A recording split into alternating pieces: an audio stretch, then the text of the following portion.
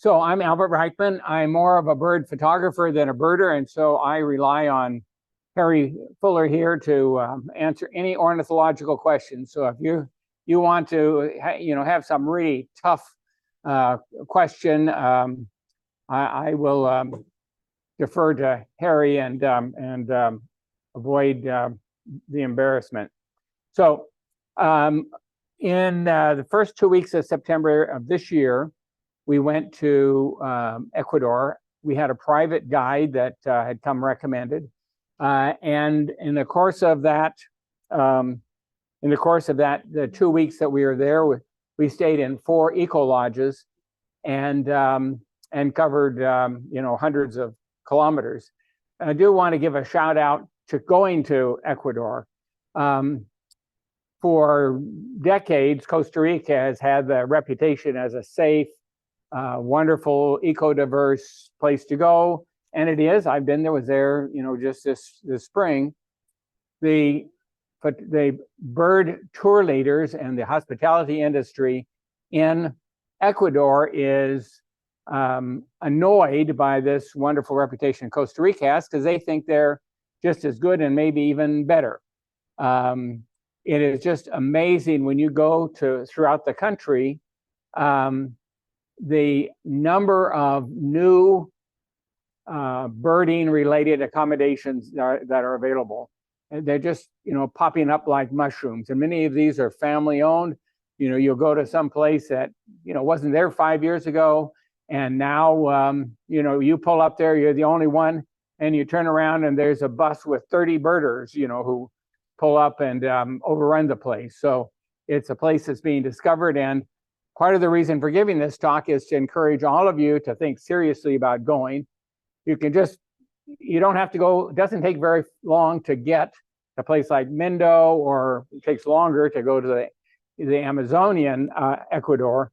But in a couple hours, you can be in Mindo, and it is, bird central. It's just, amazing. And there are literally dozens of eco lodges that will roll out the red carpet for you and be glad to have you. So it's relatively affordable, and something I think you all should seriously think about, putting on that bucket list. So just to remind you where Ecuador is, it's in South America. It's shockingly on the equator, and so it has an equatorial climate, and lots of rain, but it doesn't. I guess if you go high enough in the mountains, you can get cold. But for the most part, it's a meteorologically pleasant place to go. I have to at least mention another part of Ecuador that I've been to but didn't go to this time, and that's the Galapagos. So that's an entirely different universe, and a wonderful universe. But and many people do combine a trip to the continental Ecuador as well as to the Galapagos. But we have to leave that one alone this time. So where's my pointer? There's a pointer, a high-tech pointer. We do things a high-tech way here. So I didn't visit the lowlands. They have their own habitats, but the Andes Mountains, particularly those extending from Colombia, have this famous Choco forest. Much of it is cloud forest, but some is temperate forest, and it has its own unique variety of birds and animals. And a lot of that, the unique climate, relates to the Pacific currents that pass alongside the coast and result in these clouds forming and resulting in the cloud forest. So that's one major area that any birder wants to go to. Then there are also in the high Andes, there's another whole biodiverse habitat, and then the whole Ecuadorian Amazon is another area of unique and distinct species. So you can see, you fly into Quito, that's a very central location to go in all directions in at least the northern part of Ecuador.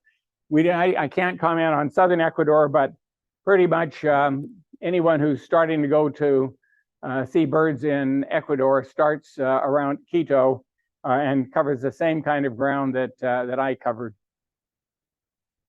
So easy to get to Quito. We just took a flight from Portland to Atlanta and Atlanta to Quito, and we were home free.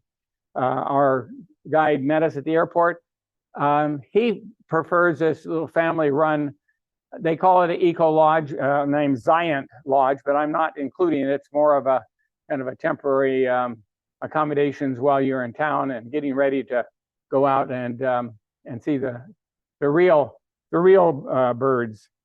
This shows. I just went on the timeline, my Google timeline, and you can see these are the spots where we spent some time, and basically on a east-west bearing from Quito, you know, getting as far as the Quito does not have the Amazon River in its confines, in its, you know, within its boundaries, but it has some major tributaries, and the major one is this one here out of Coco, the Napo River, and that's where we explored the Amazonian bird life, and that's, you know, it's, you know, we were in Peru as well, and in past years, and it's the same, you know, the same kind of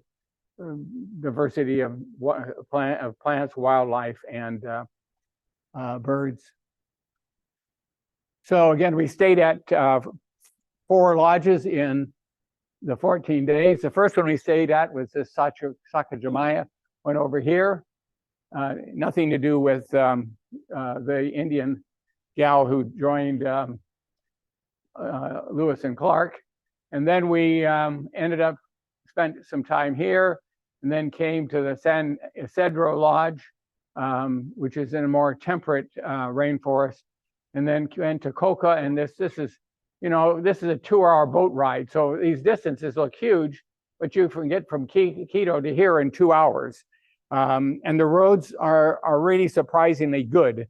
And part of that relates to the fact that this is, Ecuador does have an oil industry, so they don't have any trouble getting pavement for their roads. You know, so many poor countries have crummy roads because they can't afford to buy the asphalt. Well, you know, they probably spill more oil in the Amazon than they put on their roads, so they're in pretty good shape that way. And the roads are, you know, surprisingly good. So the third place we went was the Napo Cultural Center. It's managed by a cooperative of Indians, of indigenous people. And they also have another lodge that we visited nearby, and we'll talk about that briefly. And then on the way back, we came to Coco, then made our way back to this Rio Quillo. So we spent a couple of nights there before heading back. So that's our itinerary. And along the birding trail, we meet lots of other birders, and there are a whole host of different eco lodges that you can choose from, and they all have people that, you know, think highly of them. And if you decide to go, you can network and come up with a whole host of wonderful places to go and enrich your life. So the first trip was to go from Quito, this place that we stayed, up to this place near a town called Noto on it's called the Old Minto Road, which is kind of like the road of death in Bolivia. It's narrow and, you know, and seems like it's one lane sometimes. So instead of, we just went there, and instead of continuing on, we went back because took a lot less time to, you know, to go the new way than to take the shortcut. And then we went back there and came to the lodge where we spent 4 nights. So the first place we went was this Zuro Loma birding for want of a better word, garden. They have they've invested in planting the plants and hanging out the bird feeders. These places will go through hummingbird nectar by the 10-gallon jug. I mean, they have huge, vats of it. And they just keep those hummingbirds coming. So if you're just driving along the roads, you're not going to see, you may see a roadside hawk or a stray feathered creature, but for the most part, the birds that you will see and that I saw, they may be endemic, they may be plentiful where in that area, but you don't see them until you get somewhere where they're running out of buffet for them. And it's just amazing to see these. And again, without the infrastructure of all of these Ecuadorians who invest in creating the facilities and the accommodations for you and the birds, it would be a pretty slim pickings. You'd really have to work at seeing what we see. This is the swordbill. It has the longest, bill of any hummingbird, and the longest bill of any bird relative proportional to its size. So yes, it's a unique species and one. So anytime that you want to, you go on the book and you say, I want to see this bird, there are certain places that the guides know you can see it. And you're just wasting your time to go other places. So everybody knows you want to see this bird, this is where you come, or one of the limited number of places that you come. So many of these are habitat restricted, and there'll be just a tiny area sometimes where now many other birds are more widely disseminated, but particularly with some of these individual hummingbirds, they may be located in only a small area, and you're lucky to see them even by going to the designated hospitality site. So they had a whole host of these set up. They were accommodated. They had little, well, in this case, what they do is take a syringe and inject hummingbird nectar, sugar water, into these flowers, and the birds fly into the flowers, and you can take nice pictures of them. So most of these, you look at, oh boy, isn't that wonderful? You got this nice bird, Well, somebody 2 minutes before had just squirted sugar water into these things. So, it's a little embarrassing to admit it, but, you have to, tell the truth. And that's why they're there. They're there because somebody's giving them a handout.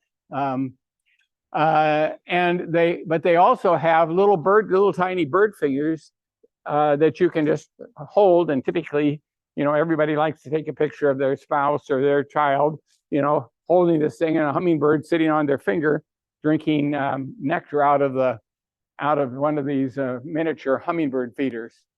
Collared incas are common, throughout the area. It's not a rare species. I just fell in love with these wood stars. There's a dozen or so different species. We saw 3, and they're about the size of a bumblebee. They're just amazing. These tiny little things buzzing around, and there's a tremendous sexual dimorphism between the males and the females. And I'll illustrate that as we go along. The buff-winged starfront, you can't miss the buff. And these sparkling violet ears, most of the time, they don't have their ears puffed out like this. And you look at this and you say, holy smokes, it's got some earmuffs on or something. So, and some of these are more widely distributed. We saw them in several places, but these wood stars are not nearly as ubiquitous. This is at that same Xeroloma hummingbird garden. They had a banana feeder. Most of these places will have bananas are cheap, and they'll, get a big hand of them or frond of them or whatever. And every day they put out fresh ones. And so That's with this Andean guanid come too. Also the tanagers, will come, and toucans, and the other. Here's our swordbill again. This is the other one was the white-bellied wood star. This is the gorgeted wood star, and we'll see the male, which was turned out to be kind of my nemesis, because I only on the last day did I get a good picture of the male, who is spectacular in his own right. The other category that we were introduced to was the antpitas. These are just amazing little birds. They're kind of egg-shaped, have this kind of a round body on these long legs, and they just are just amazing little birds to watch. And there's probably 60, 70 species of them. We saw 3, but they are so elusive that you would never see them just driving through the countryside. We talked earlier, and I had a great story, and he said, please tell it. I was there about 12, 14 years ago. There was one guy who was a cattle rancher, and his farm included a very deep canyon with a creek at the bottom. And he had noticed that if he left stuff out for the cattle, that the antpitta would come and get it. And so over time, being a farmer, he tamed the antpitta. And he would go and cluck, and the antpitta would come down the trail and take the food that he was presenting to it. Usually it would be worms or something. And one of the neighbors knew somebody who was a bird guide, and told the bird guide started bringing people to the guy's farm to get pictures of giant antpitta, which is the largest. It's about 16 inches high. And most of the people had never even seen a picture of one, much less actually seen the bird. So quickly, over the next 10 years, it spread. So everybody who's got antpittas now goes out and tames the local antpittas. So you can get close-up shots. We were 2 feet away from a giant antpitta, and 20 years ago, there were probably less than 200 people in the world who'd even seen the bird, much less stood next to it and photographed it. So antpitta is a huge industry now in Ecuador. Yeah, just amazing how different techniques for connecting birders up with birds have evolved literally over the last decade and a half. I think it's just really a growth industry there. In terms of antpittas, in almost every area, there's at least one hummingbird garden or bird site that will have the ability to call antpittas in. And birds don't always necessarily follow their instruction manual, but typically you show up at a designated time in the morning, and then you go to the designated site, and they will have a fistful of little worms, and they'll bring out their cell phone and play the antpitta call, and then they'll start throwing these worms out, or they'll actually scatter worms to start with. And with some of the tamer ones, they just toss the little worms out, and the antpittas will come running. But if you take a little stick or something and throw it, the antpitta turns up his bill to it. They're not stupid, but they do appreciate a good worm, and it's a thrill to see these otherwise very elusive creatures come within good camera range. So this is another one of these family operations. This guy and his family have set this thing up about 10 years ago. He has, I think, about 15 individual feeders labeled by number. And when we arrived, we were all by ourselves, and we just were enjoying this plethora of hummingbirds just coming and going in great multitudes. And we had the place to ourselves for about half an hour, and then the birder bus shows up, with literally 30 people on it, and they all pile out. And we were glad that we'd been there and done that, because we nearly got trampled getting out of there. So, but it's just amazing, the diversity and the number, the profusion of hummingbirds that will come, when somebody plants the right plants and hangs out the bird feeders, hummingbird feeders. One of their specialties in the region, and they're in the Minto region, are these white-booted racket-tails, which are just, such a unique creature. They have an equivalent in Peru. Well, they have an equivalent. It's called the Peruvian racket-tail that they also have in Ecuador, and except that it has a tan boots instead of white boots. So they call it the Peruvian racket-tail. At the same reserve, these were all represented there. This is a purple, you can't read it, but it's a purple-throated wood star. And again, the female looks completely different. So that's, there are 3 species of wood star that we saw. And again, these things are, about the size of a bumblebee, just amazing. Again, here's our, I just could not take these pictures. Again, here's another violet ear, but it's a brown violet ear, but it has that same puffy ear muff. 9,000. Well, no, it'd be more than that, because 9,200 feet is what Quito is, and it's going to be another, somewhat higher. So this is the Minto area, and this is where we stayed. But you can see all of these little beds are other eco lodges, and everyone has their favorite. Our tour leader was a guy named Javier Zureta, and Javier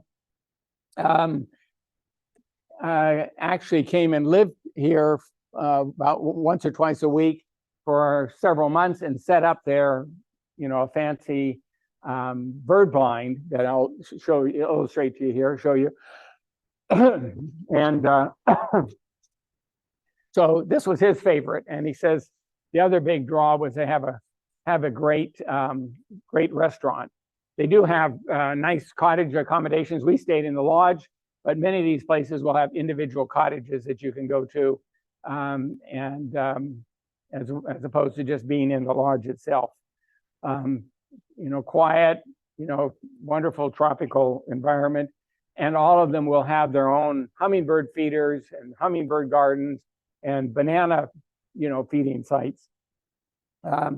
They are now in Costa Rica. It's very common for foreigners, Americans, including American families, to land and rent a car and drive around. That doesn't seem to be really happening quite yet in that amount in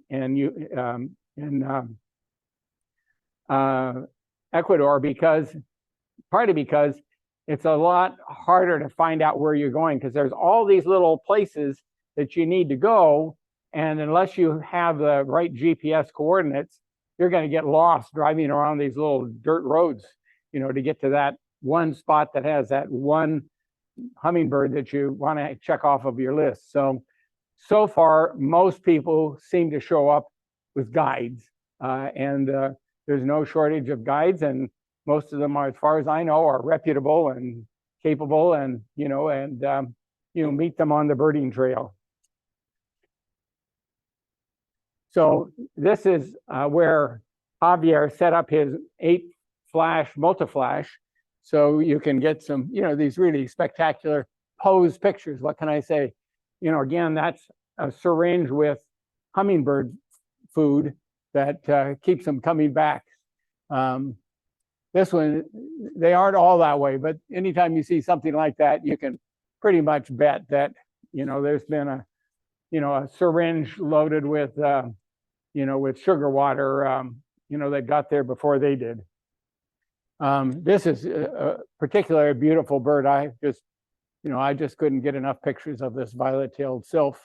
And the rest of them are all extraordinary. Here's another picture of that sparkling violet ear, but he, it's interesting how he,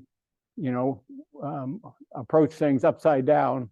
I didn't do justice to this black-tailed trailbeard trailbearer has this really long black tail, which of course is where the name came from.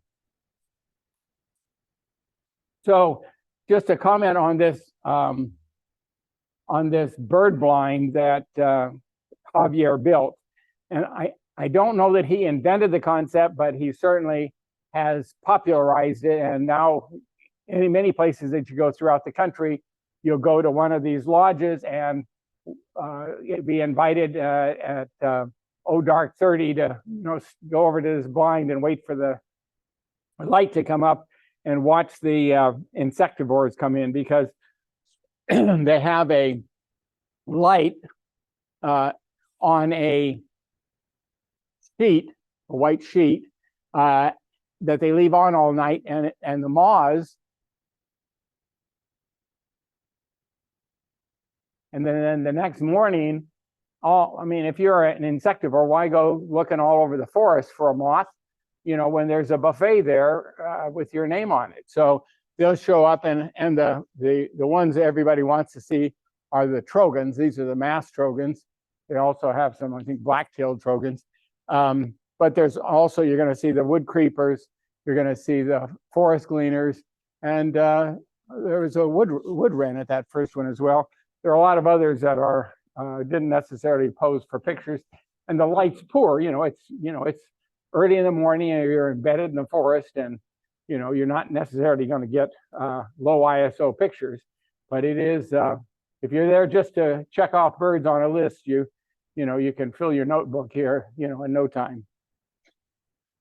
The other thing that's popular in all of these are tanagers that come to mostly the banana feeders. So, they'll go through, bushels of bananas, in a week. And all these guys, show up to get their fill.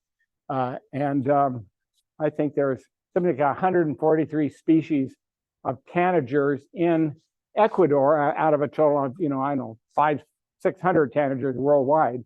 But there's, every time you turn around, there's another tanager, and many of them will have really, truly spectacular, coloration, and just beautiful to see them.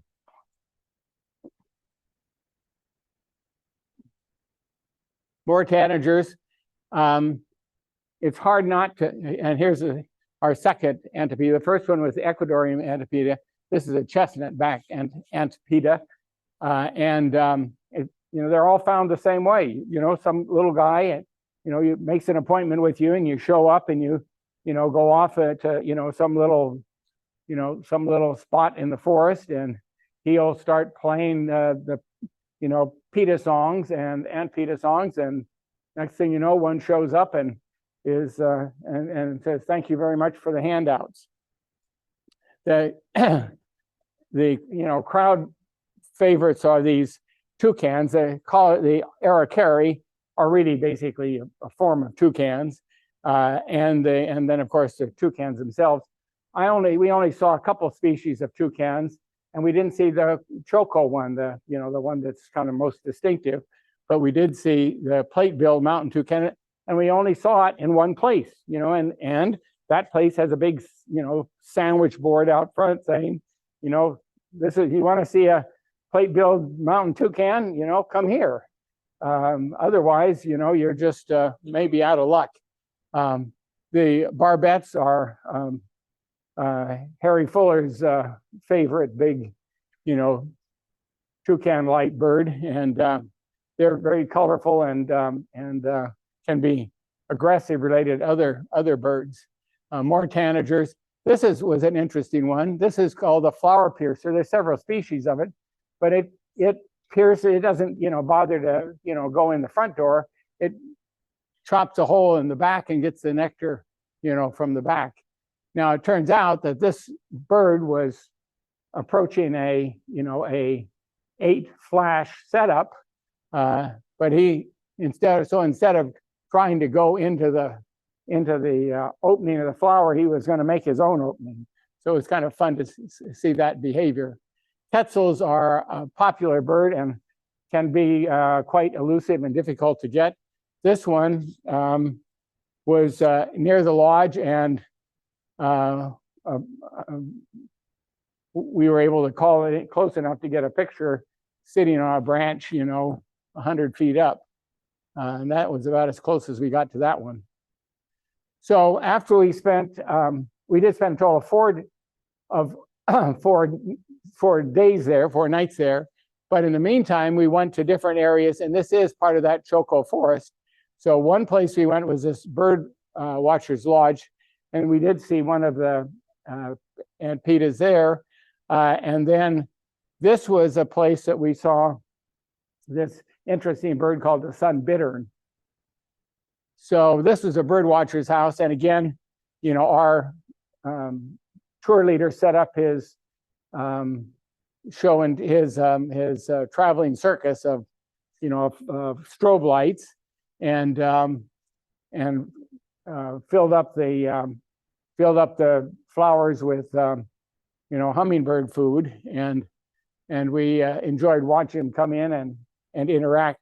This fork-tailed nymph is obviously quite a distinct critter, and was something of a challenge to photograph.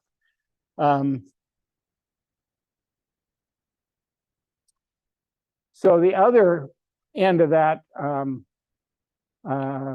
map that showed my timeline had us at this place very near the town of Minto.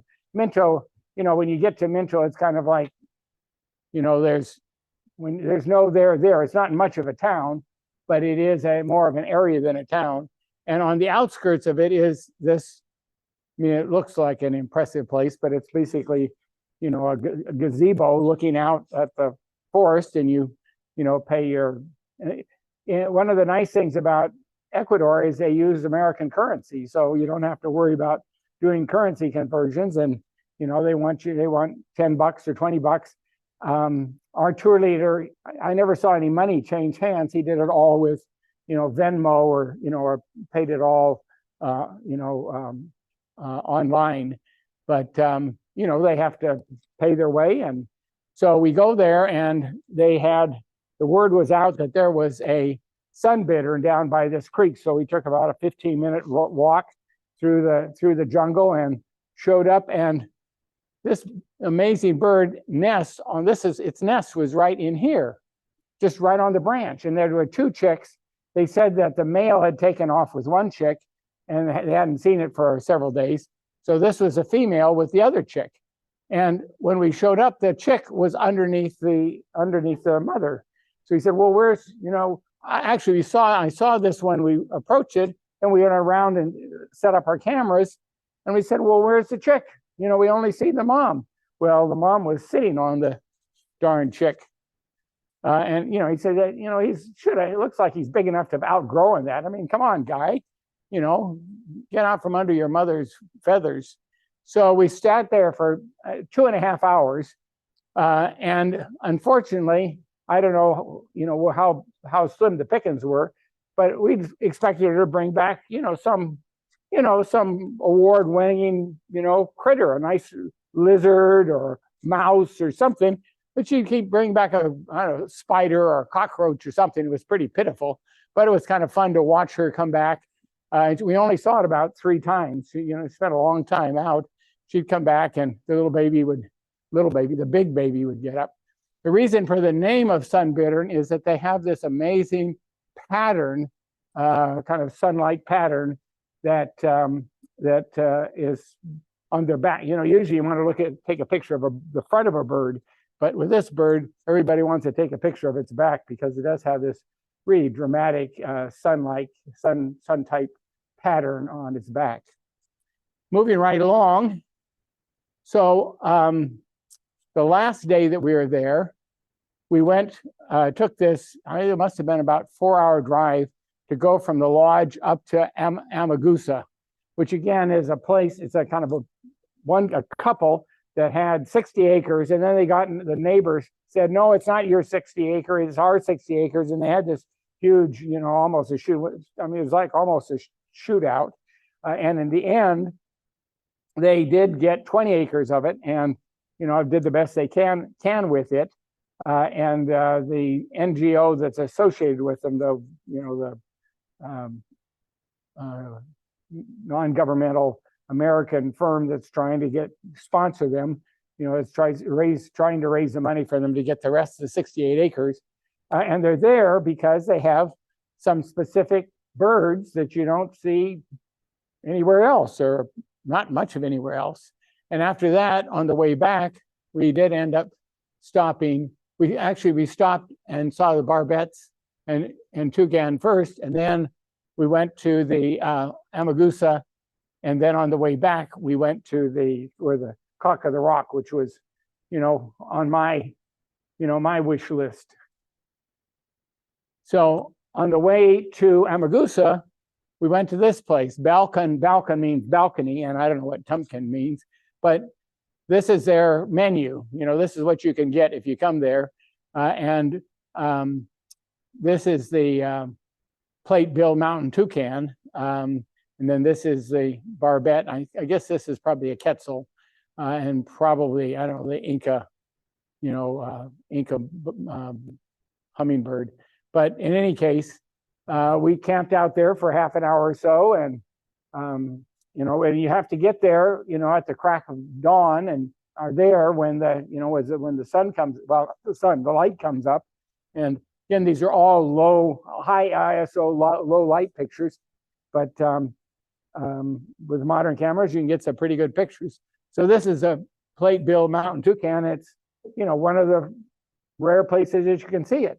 And so when you go there, all the bird guides know where you have to go to see whatever. So you have have your checklist, and they say, well, if you want to see that, then this is where we go. And that's also where we saw that barbet. So at the end of the road is this Amagusa Reserve, and this guy is the fellow who started the place, and basically has a bad right eye from a punch he took from, in the process of duking it out over who owned the place. And their menu says that they have this, fruit eater, and they have, we'll show these things, this pink-cheeked parrot. So this is their menu, and, it's hard to see any of these things anywhere else. So you got to go drive. We drove 4 hours, and we saw the rufous-throated tanager, which nobody else seems to know where, moss-back tanager, glistening green tanager, orange-breasted fruit eater. And it was, this was interesting because he said, that fruit eater is right over there. Well, the darn bird was embedded in this floor. I wasn't going to get a picture of him. I had to take his, I said, well, there is something in there. So he tried to call it in. He wouldn't let my tour leader try to call it in. He tried to call it in with his voice, because he didn't, I think the concept was that, if you called it too much, pretty soon, if you called wolf too often, the bird would figure, hey, it's a waste of time. So he spent, half an hour trying to get this darn bird to come in. And finally he conceded to let my tour leader play the song. And in no time, we got a picture of this orange-breasted fruit eater. Flame-faced tanager, these are, quite, dramatically beautiful birds. And you can see this is what his menu is, and this is what we saw. If you want to see those birds, that's where you go. On the way back, we saw this guy. These are just unbelievable. I've wanted to see this guy for years. And this is a male, and they call it Lex. Now, when we think about Lex, we think about, going out in the sagebrush, and, there are a bunch of prairie grouse dancing around and flirting with each other. There's no dancing, there's no flirting. There's these birds flying around in this thick forest. So you think, well, they're just sitting right out there. No, they're embedded in this, really thick foliage. And, we walked into this place. There was already a group that had been there for an hour and a half.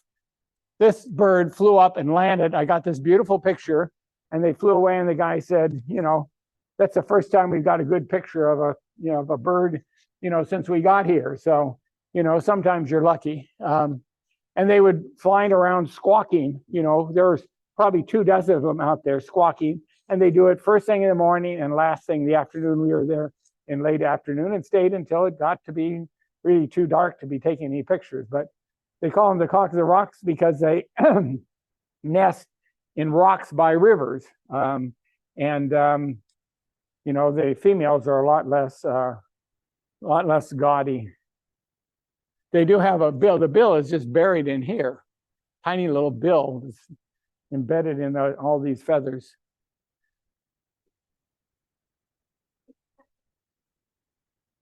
They're very big birds, yeah.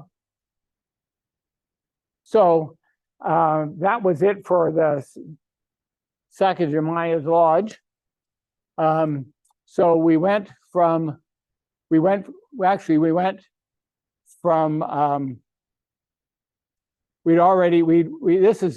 supposed to stay at the Zayant Lodge that we had stayed when we came, except we drove into Quito and there was big fire, there was smoke, massive amounts. They've had some serious problems with wildfires. We aren't the only ones who have that.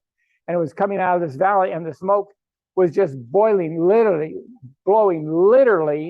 over where the lodge that we were supposed to stay at was. So that it was obvious we weren't going to stay there. So we had to find another accommodations to stay at.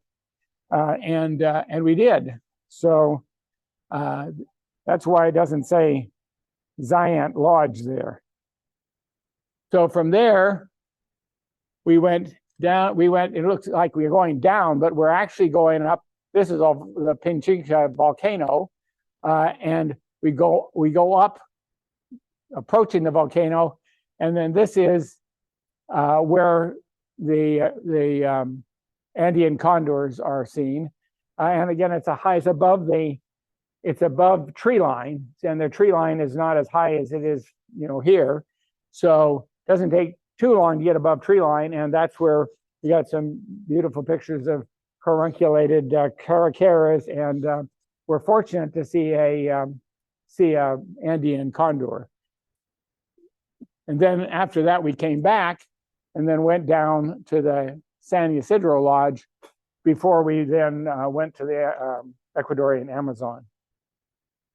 Again, you can see this is a snow-capped volcano here. So there's the Antisana volcano. And shockingly, the whole area is called the Antisana Ecological Reserve. And it's a regular, like a national park. You pull in and they take your money and give you a map, and you're on your own as long as you stay on the trails and road. And it was just amazing. There must have been a dozen of these, the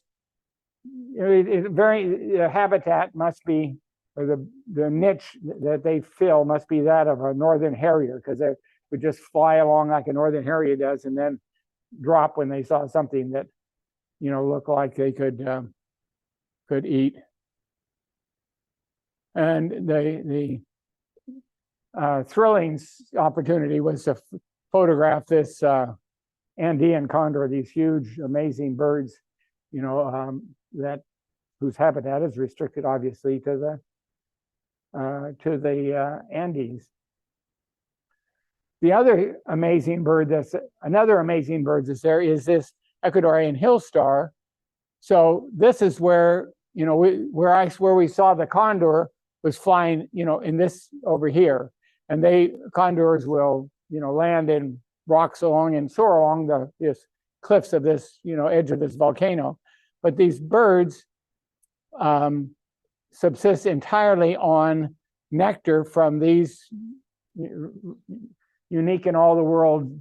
So it's a unique in all the world hummingbird and a unique in all the world flower, and the two of them are live happily there. But again, it's a habitat restriction is extreme. This is tiny area, and if you want to check the Ecuadorian hill star off of your life list, that's where you got to go to find it. So just downhill from that is this place called the Tambo Condor Restaurant, and the biggest hummingbird in the world is this guy, the giant hummingbird. There's if you go on go on Google search and say biggest hummingbird in the world, that's what it is. And if you're just driving along the road, they don't come up and and say hello. but you go to this place and sit down and have a nice meal, and the bird shows up and you take its picture. There's also this unique, beautiful, shining sunbeam hummingbird, but it's quite a thrill to see the biggest hummingbird in the world, just a few feet away. So the second leg of this, we had to come all the way back here, and then made this trek. And again, this is several hours to go on this. It's a paved, good quality road, unlike some of the Amazon roads. And the San Ysidro Lodge has been there. San Ysidro Lodge has been there for a long time, and it's a very popular and well-known one. And you can see the hummingbird feeders, along here, and they have their own Aunt Peta trail that you can go to. Think about it. I have an Aunt Ethel and an Aunt Edna, but I didn't have an Aunt Peta. So at that lodge, you can, well, actually this is at the hummingbird, but this chestnut-breasted coronet, we didn't see anywhere else but here. The bronze Inca is in that area, and here's that white-bellied Aunt Peta, and again, the bird whisperer shows up with his can full of worms, and leads us down the trail and starts whistling the Aunt Peta song, and they come running. So we also saw a collared trocan. I'm a sucker for a pretty trocan. I'm gonna let the Inca jays are also there. They're, I guess, pretty widespread, but quite noisy and hard to miss. I'm going to have Harry tell you his San Ysidro owl story. Yeah, Albert and I enjoyed sharing it. We went to San Ysidro when I was there about 12 years ago, and this guy hung out in the parking lot, and he was known as a new species by every birder, but he wasn't on your checklist. He wasn't in the field guides because the Ornithological Society didn't recognize him as a new species because the people at the lodge wouldn't kill him and turn in his body. So it took 10 years before he and the birders and the scientists and the people at the lodge finally convinced the Ornithological Society to accept DNA evidence. So he is now a recognized owl, but he had been known to be a new species for well over a decade, but the professional organization wouldn't recognize it because they were still back in the Victorian era when you had to kill a bird to prove that you'd seen it. So now he has scientifically made DNA acceptable as proof of a new species in Latin America. So thank you, San Ysidro owl. Interesting, that owl perches every night, within a stone's throw of the lodge, and so everybody shows up and oohs and ahs, and if you have a camera that can tolerate a high ISO, they'll shine a light on it, and you can take its portrait. A short distance away, this looks like you're going 100 miles. That's 8 miles. You go to this wonderful hummingbird garden, which 5 years ago didn't exist. And this guy planted all these plants, made a little, covered patio. So if it rained, you were in out of the rain. And, again, put a few dozen, well, a good number of hummingbird feeders up. And it's kind of like the Field of Dreams. If you, build it, they will come. And it took, I'm sure it took several years to really fill, kind of fill out the dance card. But they were very busy while we were there.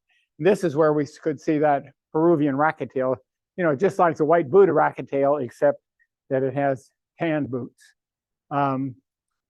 We saw the male long-tailed sylph here, and this is the female. There's a lot of these birds have sort of sexual dimorphism.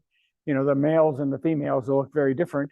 Again, our bronze Inca, and I just can't resist taking a picture of the Peruvian, these racket-tails. They're amazing. This is a gorgeted wood star. We maybe saw the male a couple of times. I got a kind of picture of it. This kind of has this beautiful purple gorget, but I didn't actually get a picture of one until the last day when we went to a little place off the beaten track. The guy, he had to call him from work to come to, open things up for us, and it was raining, but I got my male gorgeted wood star. So, Harry, did you want to say anything more about the non-Amazonian birds before we move on? Moving right along. So we gone from the San Ysidro Lodge, kind of basically nonstop, except for, stop for lunch. And I will say, these guides know where to take you so you don't get sick. When I told people I was going to Ecuador, they said, "Oh, take lots of, Pepto-Bismol and Imodium because you're going to need it." Nobody in our group got sick. Nobody, I met got sick. These tour leaders know where you can safely go. And obviously the restaurateurs, if their customers get sick, they lose business. So they spent a lot of time educating the food handlers and, it's sanitation. And, we really felt very comfortable eating whatever got put in front of us. So used to traveling overseas and not being able to eat a salad. But after a few days and not getting sick, you say, well, I guess you really can't eat everything. We did use bottled water. I don't know that we had to use bottled water, but we haven't gotten to drinking tap water yet. So anyway, we went to this town of Coca, which is on the Napo River. And then we took a 2-hour boat ride down the river, toward the Amazon, to where this lodge was that we stayed. And it's called the Napo Cultural Center because, it's owned by an indigenous tribe. It's like the Sioux owned it, and so they have put on their own little cultural demonstration, have some handicrafts and, do some dances and, otherwise try to entertain the gringos. So this is where there's a very comfortable waiting area. This is our boat, and it's got, you can't see it very well, but there's plastic sheets that pull down if it's raining, and on the way back it was raining, and we did pull them down. And these, it takes 2 hours to go, flat out with two 120 horsepower motors or whatever to get to where we're going. And that's what everybody uses on the river. So you think about, well, it's not the Amazon River. It can't amount to very much. This is a big river. I mean, it's, bigger than the Columbia, that's for sure. But it's also has a tremendous variability in how deep it is. It's like elsewhere on the Amazon. So when we were there, the water was maybe, 10 feet lower than it is at high water level. So there were a lot of places that we couldn't go because there were mud banks or sand banks. So, instead of being able to just drive where you want to go, you would have to go upstream or downstream and then, where you could land and then walk a trail because you couldn't go where you were, ordinarily would have gone, just a few weeks before. But that's the name of the game if you're talking about the Amazon. These water levels fluctuate. And it doesn't necessarily have to do with water that's falling where you are. If it's rain that's fallen in the Amazon, I don't know, 2 weeks ago that's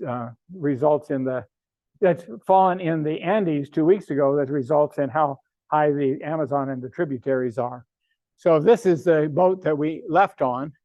And you can see it's a serious boat. You can call it a canoe if you like, but it's pretty big canoe. So this is the lodge, and we did see a sloth, and that was about it in terms of wildlife. This was the restaurant here, and then back in the distance there were individual cottages. So we had a cottage that it was basically a duplex. 2 people shared a building, and they were quite comfortable, but no air conditioning here. Now the oil is cheap because they do make it, but they don't make gas. They have to import the gas. So they export the oil and refine it and bring it back. So I'm sure it's expensive to run generators, and so no air conditioning. But they have fans, and it did get uncomfortably warm, and that was just in September. The point of pride of, and the reason that we came to this particular lodge was they have this wonderful canopy tower that's over 100 feet tall, 136 meters, and it gets you to the top of the canopy where you can look out. And the other one, you wouldn't know there was a river there unless you got up above and looked. And so all of these critters that you don't see if you're down on the valley, on the forest floor, you can see. And through the miracle of modern technology, and Sibley's bird calls, you can have these guys come in. And so these are some of the birds that you see from the top of the tower. This is Javier Zurita, the tour leader, and there I am with my baby lens, and we're looking out. Well, the tour guide from the cultural center plays his sweet songs for to bring the birds in. So a crimson-crested woodpecker, saw a few woodpeckers. There's a black-bellied cuckoo, and then the honey creepers. And both of these have dramatic sexual dimorphism. The female looks very different than the males.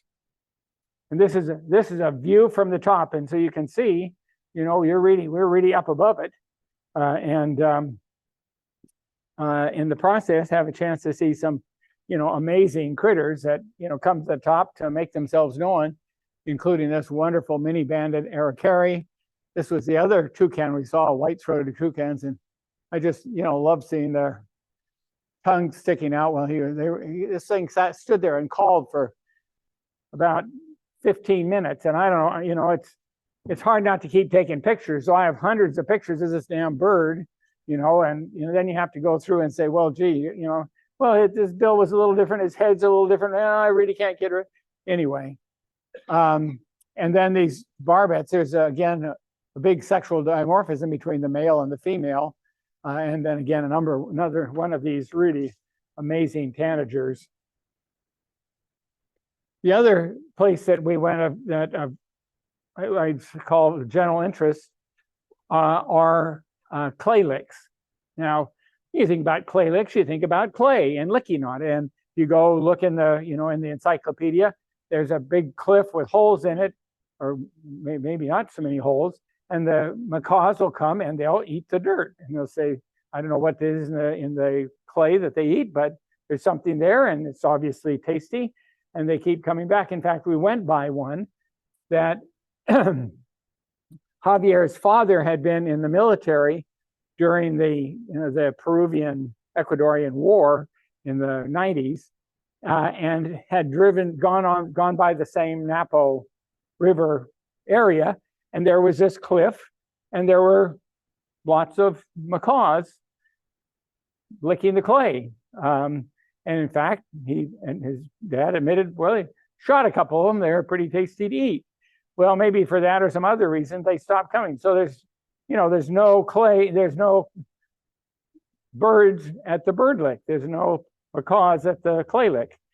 So there are a couple of other places they congregate, and I don't think there's any clay anywhere near. One of them is this tree.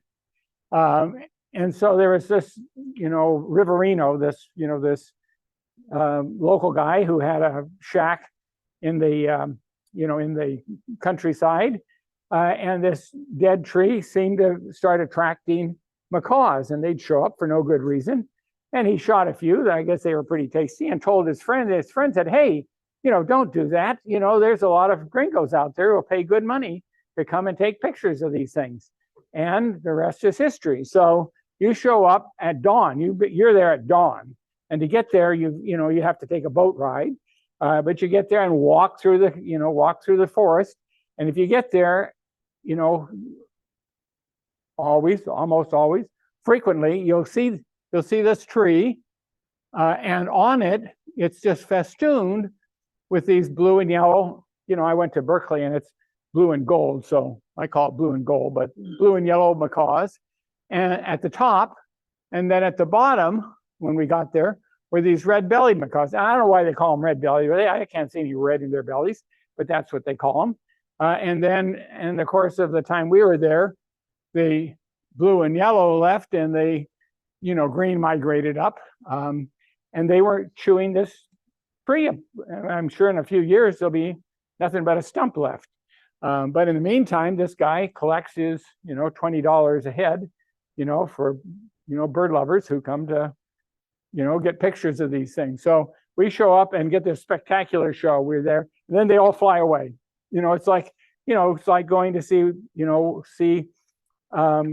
any of our migratory ducks. You go to Bosque del Apache and you see all these snow geese, and you see all of these sandhill cranes in this pond, and you think, boy, isn't this amazing?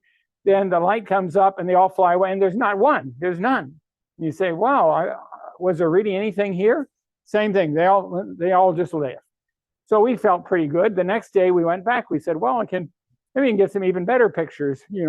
Always kind of think about how you could do things better if you saw the same thing. So we go back the next day, and these birders, the same guys that were at the Cock of the Rock, remember that they were Polish, and they were the ones who said, boy, we've been here an hour and a half, and this is the first time one. So they showed up the next day, and we're regaling them with stories and pictures. The damn things, two of them came and they all flew away. So I don't know whether they just didn't like, they didn't like poles or what the story was, but the bottom line was they don't show up every day for us.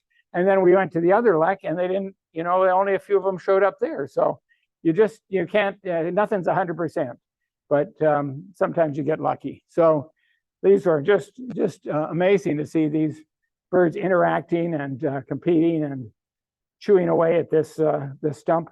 God knows what tasty mineral they're acquiring, but they certainly show up in force. But they're there, like from 7 o'clock to 7:45, and then they're gone. And when we left, there's a whole string of people coming. Well, too bad, guys. They're gone. You're just out of luck. A day late or 10 minutes late and $1 short. They do use dollars there. So this was the other clay lick, and I don't see any clay. There's a little spring. There's a cave here, and then some water here, which must have some mineral that they find attractive. And if you're lucky, there's just dozens of these things competing to get in there and have their, have a sip of this, elixir of youth.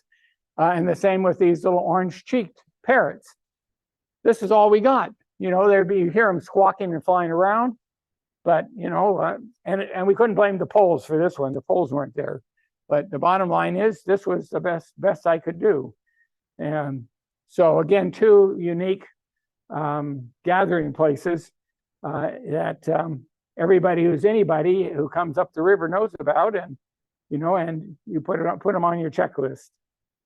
Well, we were standing at that at the clay lick tree. This pair of chestnut-eared aracari, were visible off to the side, and I still haven't figured out what this is where the nest hole is, and what they're doing there. I only hesitate to guess. In my previous life, well, I still am a gastroenterologist, and I would sometimes have to go down and get impacted foods and just wonder whether this aracari got a chestnut impacted or something. So the kind of a high point of the trip. So we've been on this, on this river, and then, in the tower and individual places.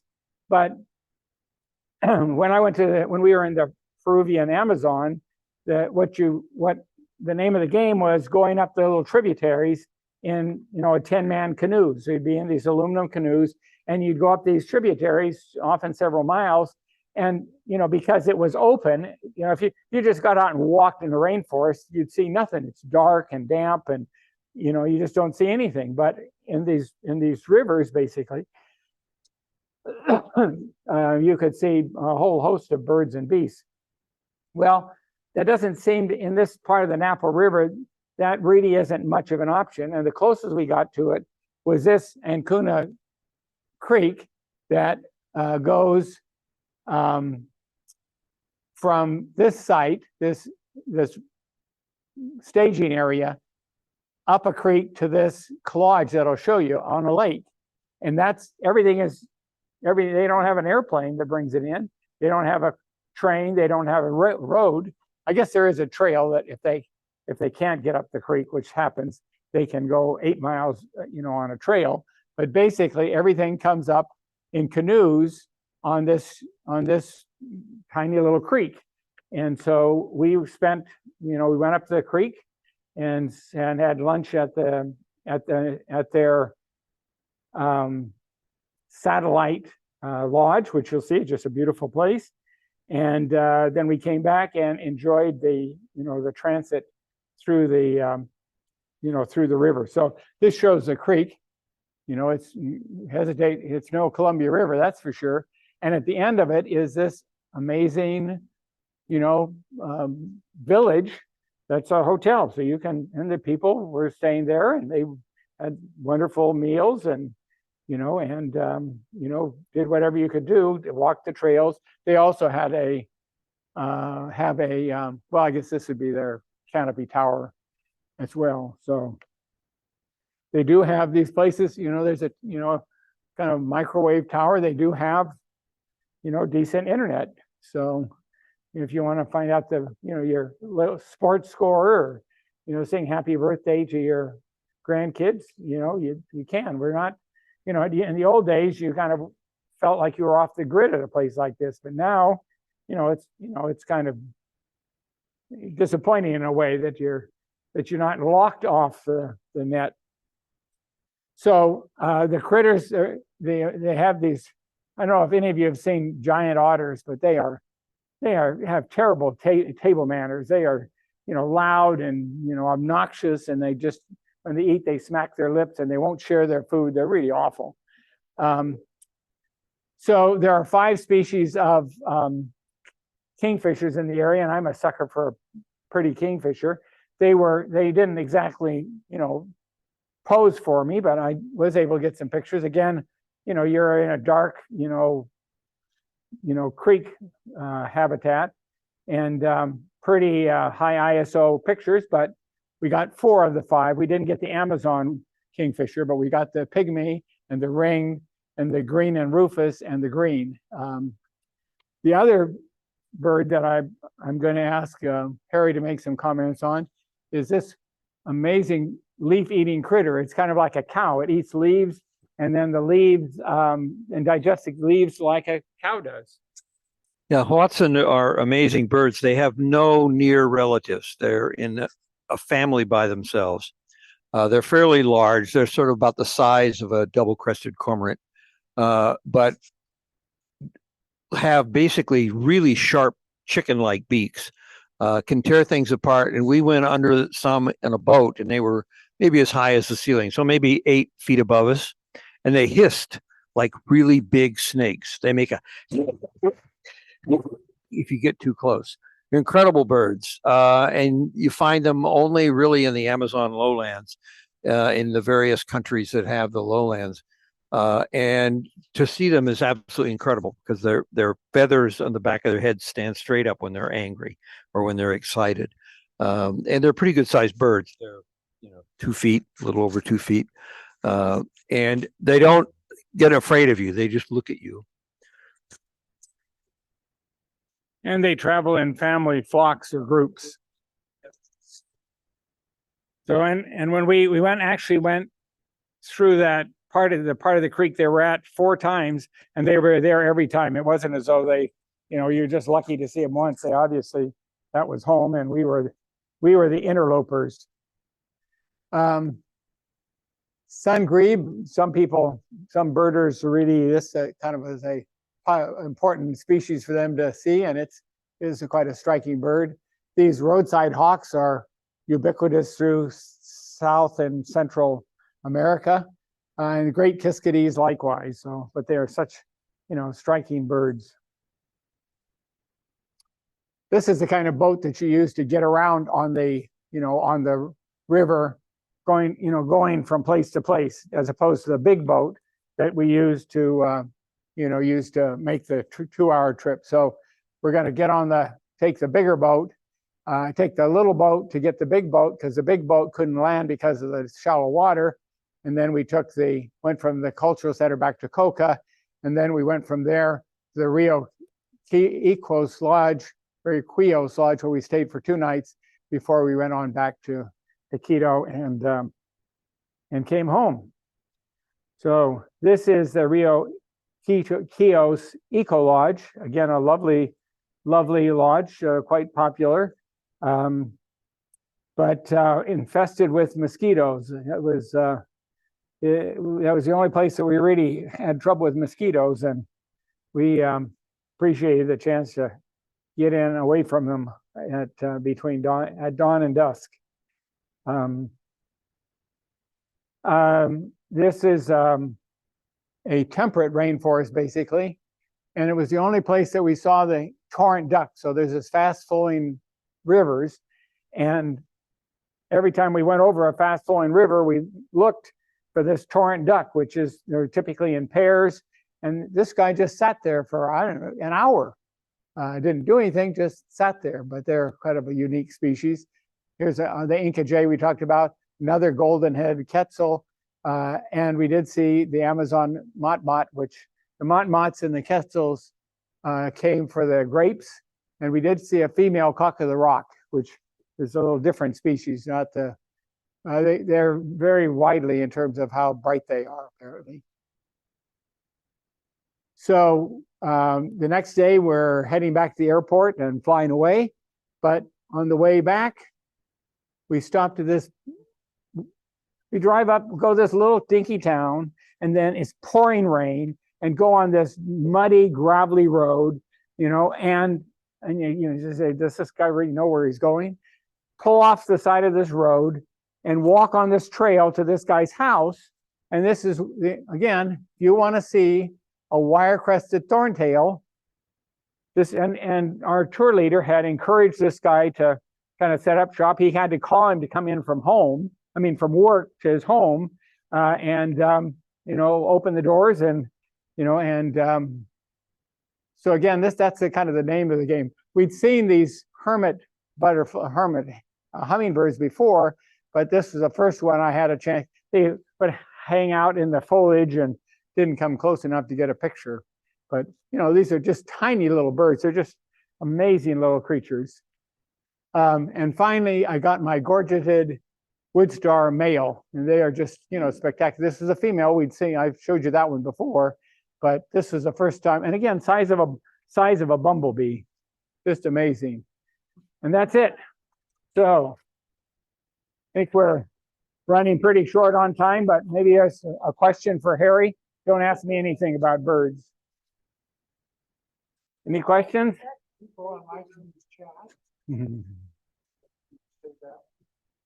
Use chat. Anybody on chat? We forgot that there were thousands of adoring fans out there. Anybody have any questions? 14. Yeah, 2 weeks. Have electricity? They did. They would have generators or be on power. But yeah, everybody had electricity. Some didn't have it all night. They would turn the generator off at 10 o'clock or something, but for the most part, yeah. Question in the back? Yeah, John?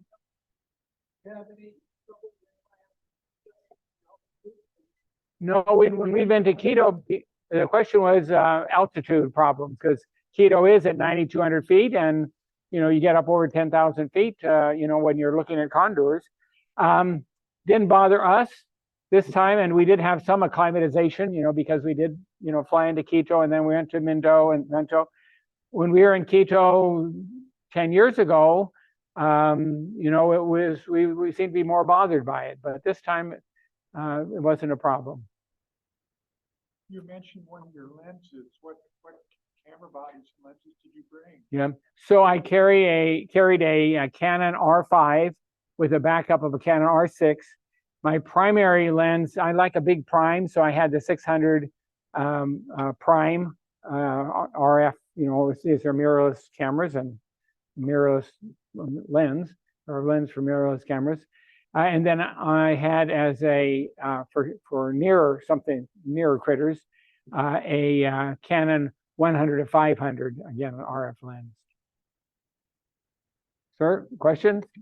Any more questions, comments, complaints? Any complaints? Direct to Harry.